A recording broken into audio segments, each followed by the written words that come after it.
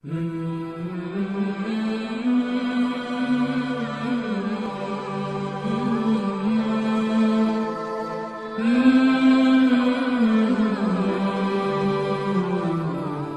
அலைக்கும் வரஹ்மத்துல்லாஹி தஆலா வபரகாத்துஹு. ஒருமுறை ஹஸரத் இப்ராஹிம் இப்னு அதுஹம் ரஹ்மத்துல்லாஹி அலைஹி அவர்கள் தங்களுடைய பெயரை மக்களிடத்தில் சொல்லக்கூடிய ஒரு சூழ்நிலையும் ஏற்பட்டது. எஜமானவர்கள் எப்பொழுதுமே தன்னை வெளிப்படுத்தி காட்டாமல் இருப்பதைத்தான் அவர்கள் ஆசைப்படுவார்கள். ஒருமுறை ஒரு ஊருக்கு அவர்கள் சென்று இரவு இஷா தொழுகை அவர்கள் தொழுதுவிட்ட பிறகு உறங்குவதற்காக வேண்டி அந்த பள்ளியிலேயே படுத்து உறங்கலாம் என்று அவர்கள் உறங்கச் செல்லும் பொழுது அந்த பள்ளியினுடைய இமாம் அவர்கள், இங்கெல்லாம் உறங்கக்கூடாது, யார் நீங்கள் என்பதாக கேட்டார்கள். நான் வெளியூருக்காரன், இன்று இரவு மட்டும் இங்கே நான் உறங்கிக் கொள்கிறேன் என்பதாக சொன்னதற்கு, இல்லை இல்லை, வெளியூர்காரர்கள் எல்லாம் வந்து தங்குவதை போன்று இங்கே இரவில் தங்கி விளக்குகளையும் பொருட்களை எல்லாம் எடுத்து சென்று விடுகிறார்கள், எனவே வெளியூர்காரர் இங்கே தங்குவதற்கு அனுமதி இல்லை என்பதாக அந்த இமாம் அவர்கள் சொல்லினார்கள். அப்பொழுது எஜமான் அவர்கள், சரி, நம்முடைய பெயரை சொன்னாலாவது அவர்கள் நம்பி நம்மை இந்த இடத்திலே உறங்குவதற்கு அனுமதி கொடுப்பார்கள் என்பதாக சொல்லி, இந்த அடியேன்தான் இப்ராஹிம் இப்னு அதுஹம் என்பதாக எஜமான் அவர்கள் சொன்னதற்கு அந்த இமாம் அவர்கள் ஒரே அடியாக சிரிக்க ஆரம்பித்து விட்டார். சிரித்துவிட்டு, நீங்கள் தான் இப்ராஹிம் அதுஹமா, என்னென்னவெல்லாம் சொல்லுகிறீர்கள் என்பதாக சொல்லிவிட்டு அவர்களை இழுத்து பள்ளிவாசலுக்கு வெளியே கொண்டு வந்து விட்டுவிட்டார். அந்த சமயத்தில் பார்த்தால் கடுமையான குளிர். என்ன செய்வதென்று எஜமான் அவர்களுக்கு ஒன்றும் புரியவில்லை. தூரத்திலே பார்த்தால் ஒரு வெளிச்சம் தெரிகிறது. அங்கே ஒரு நபர் அடுப்பு பக்கத்திலே நின்று கொண்டு சுடுதண்ணி கொதிக்க வைத்து கொண்டிருந்தார், வேலையில் ஈடுபட்டு கொண்டிருந்தார். சரி, அங்கே சென்று ஒதுங்கலாம் என்பதாக சென்றும் பொழுது சென்று அந்த நபருக்கு சலாம் கூறினார்கள். அஸ்ஸலாமு அலைக்கும் வரஹ்மத்துல்லாஹி வபரகாத்து என்பதாக எஜமான் சலாம் சொன்னாங்க. ஆனால் அந்த மனிதருமோ சலாத்திற்கு பதிலே சொல்லலை. பதில் சொல்லாமல் அந்த பக்கமும் இந்த பக்கமுமாக மாறி மாறி திரும்பி திரும்பி பார்த்து கொண்டே இருந்தார். ஒரு சில நிமிடங்களுக்கு பிறகு வலைக்கும் சலாம் வரஹ்மத்துல்லாஹி வபரகாத்து என்று அந்த நபர் பதில் சலாம் கூறினார். எஜமானுக்கு ரொம்ப ஆச்சரியமாக இருந்துச்சு. அப்போ அந்த மனிதர்கிட்ட கேட்டாங்க, என்னப்பா உனக்கு சலாம் சொல்லி இவ்வளவு நேரம் ஆகிவிட்டதே, இவ்வளவு நேரம் கழித்து மீண்டும் பதில் சலாம் கூறுகிறீர்களே என்பதாக கேட்ட பொழுது அந்த நபர் சொல்லி காட்டினார், நான் ஒரு ஊழியன், என் எஜமானிடத்திலே நான் வேலை செய்து கொண்டிருக்கிறேன்.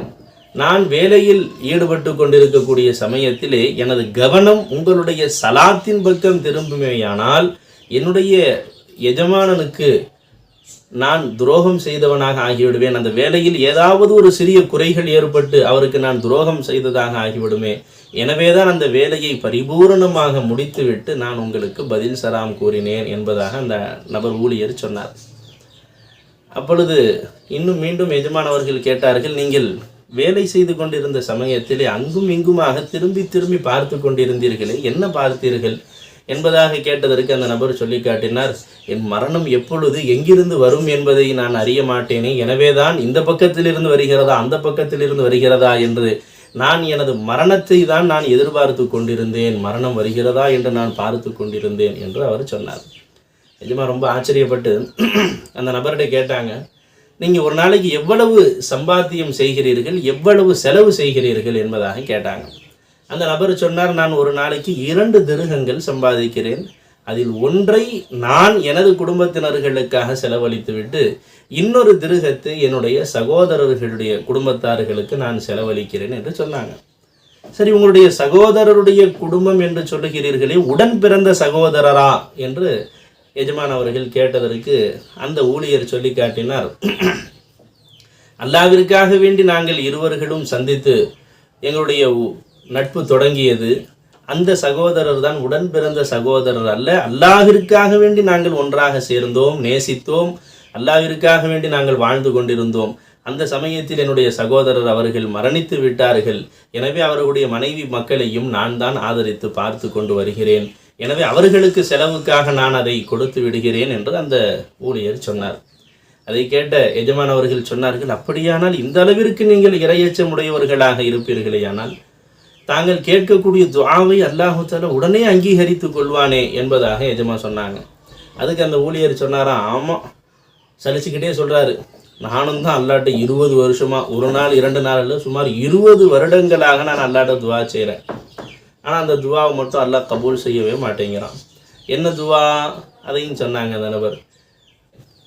ஹஸரத் இப்ராஹிம் இப்னு அதுகம் ரஹ்மத்துல்லாஹி அலைஹி அவர்களை பார்த்த பிறகுதான் எனக்கு மரணம் வர வேண்டும் என்பதாக நான் ரொம்ப ஆசையோடு இருந்தேன். அவர்களை பார்க்காமல் மரணித்து விடுவேனோ என்ற பயத்தில் அல்லாஹ்ட்ட இப்படி தான் துவா செய்கிறது, அல்லாஹ் அவர்களை பார்த்த பிறகு எனக்கு மரணத்தை தருவாயாக என்று நான் அல்லாஹ்விடத்திலே துவா செய்கிறேன். இன்று வரை அவர்களை பார்க்க முடியவில்லை என்பதாக அந்த ஊழியர் சொன்ன உடனே எஜமானவர்கள் சொன்னார்கள், என் அன்பு சகோதரரே, அல்லாஹ் உங்களுடைய துஆவை கபூல் செய்து கொண்டான்.